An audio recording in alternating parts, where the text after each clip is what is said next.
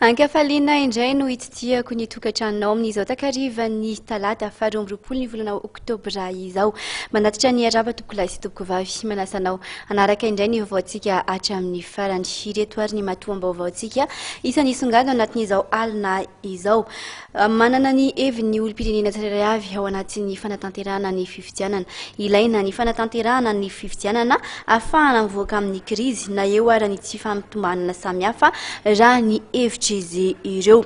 Faradoboka ny fampielezan-kevitra kosa saika manomana famorim-bahoaka goavana ireo kandida rehetra entina anakatonana ny fampielezan-kevitra Rahampitso. Eo amin'ny lafiny fitaterana indray kosa ary dia nanao fitokonana ny zotra izay fiara mpitatitra mampitoena Ambomangakely amin'ny beoririka androany ho fanehoany izy ireo ny tsy fankasitrahana ny fidiran'ny zotra 163 amin'ny lalan'izy ireo. Avy hatrany ary isika dia iroso ao anatin'ny vaovao ara-politika eo amin'ny tontolo ny fifidianana sy fampielezan-kevitra. Nanomboka ny 20 ny volana septambra lasa teo moa ny fampielezan-kevitra ho amin'ny fifidianana filoham-pirenena fihodinana voalohany ary farana Rahampitso izany. Rahampitso izany ny fotoana farany ahafahan'ireo kandida tsirairay avy mandresy lahatra ny mpifidy azy ao anatin'ny fandaharan'asany. Ny kandida moa dia samy manana ny fandaharam-potoanany amin'ny fotoana farany sy ny fampielezan-kevitra Rahampitso. Saika manomana hetsika goavana ny kandida hifaninana amin'ny fifidianana filoham-pirenena fampifidianana voalohany izay ho tontosaina ny zoma 5 oktobra ho avy izao. Saika famorim-bahoaka avokoa no nentin'ny kandida anakatonana ny fampielezan-kevitra Rahampitso 13 oktobra. Raha ny fandaharam-potoana napetraky ny kandida 13 sy mikomity mpanohana azy ireo dia misy ny hijanona eto andrenivohitra mandritra ny Faradoboka ny fampielezan-kevitra ary misy kosa ny safidy hivoaka any amin'ny faritany. Ho an'ny ampela manao politika na ny AMP izay manolotra ny Dr Brigitte Rabemanantsoa kandida filoham-pirenena dia eto andrenivohitra no anatanteran'izy ireo ny famaranana amin'ny fampielezan-kevitra ho amin'izay Rahampitso izay. Etsy amin'ny kianjanandotam-penaka kosa ny toerana nosafidian'ny kandida laharana fahatelo amin'ny telopolo Dr Jean-Louis Robinson izay atolotry ny antoko anaritoanan'ny ankolafiravalmanana anatanterahana amin'ny Faradoboka ny fampielezan-kevitra. Fionana amin'ny mponina eto andrenivohitra amin'ny alalan'ny fitetezana amin'ny boriboritany samihafa no fandaharam-potoana napetraky ny mpanohana ny kandida laharana faha-4 amin'ny telopolo amin'ny bulletin tokana Edgar Razafindravà.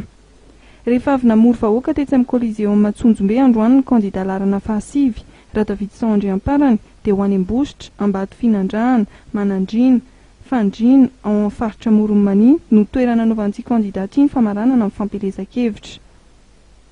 Ankoatra io dia isany koa ny hetsika izay tontosaina amin'ny Bonglava sy Boyeny Rahampitso izay tanterahana amin'ny mpanohana ny Rahampitso amparany. Rehefa avy nitety ny boriboritany samihafa eto andrenivohitra ny kandida laharana faha-9 Ajo Andreny Anarivelo dia hitododohany amin'ny faritra Vadifavy Fitovinany ny tenan'ny Rahampitso. Ao Manakara eo amin'ny kianjan'ny demokrasia anoloan'ny lapan'ny tanàna no safidian'ny kandida Ajo Andreny Anarivelo anakatonana amin'ny fampielezan-kevitra amin'ny fifidianana filoham-pirenena fihodinana voalohany izay ho tontosaina ny zoma ho avy izao. Tsy vitsy ihany koa ireo kandida no misafidy ny faritra Neviny amin'ny famaranana amin'ny fampielezan-kevitra. Ho an'ny Général Camille Vital kandida laharana faha-10 dia ny Toliara no safidian'ny kandida anakatonana amin'ny fampielezan-kevitra. Famorim-bahoaka goavana no oman'ny fikambanana hiaraka isika amin'ny Rahampitso io. Any amin'ny faritra Sofia kosa ny kandida ny antoko enina profesora Laintendra Zanarivelo entina maranana fampielezan-kevitra. Tomasina renivohitry ny faritra Tsinanana no anatontosany antoko malagasy tonga saina na MTS sy ny mpanohana ny Roland Ratsiraka amaranana ny fampielezan-kevitra.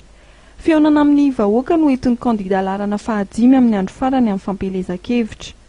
Ho an'ny kandida Rahampitso mampianina laharana fahatelo amin'ny bulletin tokana kosa dia hitety toerana maro ny kandida amin'ny andro farany amin'ny fampielezan-kevitra Rahampitso. Tafiditra ny fandaharam-potoana ny fionana amin'ny vahoaka ny Fianaratsoa Vohibato, Mahasoabe. Hitsidika ihany koa Antsirabe ary anomana hetsika etsy amin'ny Malakama Taminena ny hery vaovao ho an'ny Madagasikara. Ary ny hetsika etsy amin'ny Saly Ravinala, Carleton Nanosy amin'ny aliny 13 oktobra no amaranana tanteraka ny fampielezan-kevitra ataon'ny kandida laharana fahatelo Rahampitso mampianina.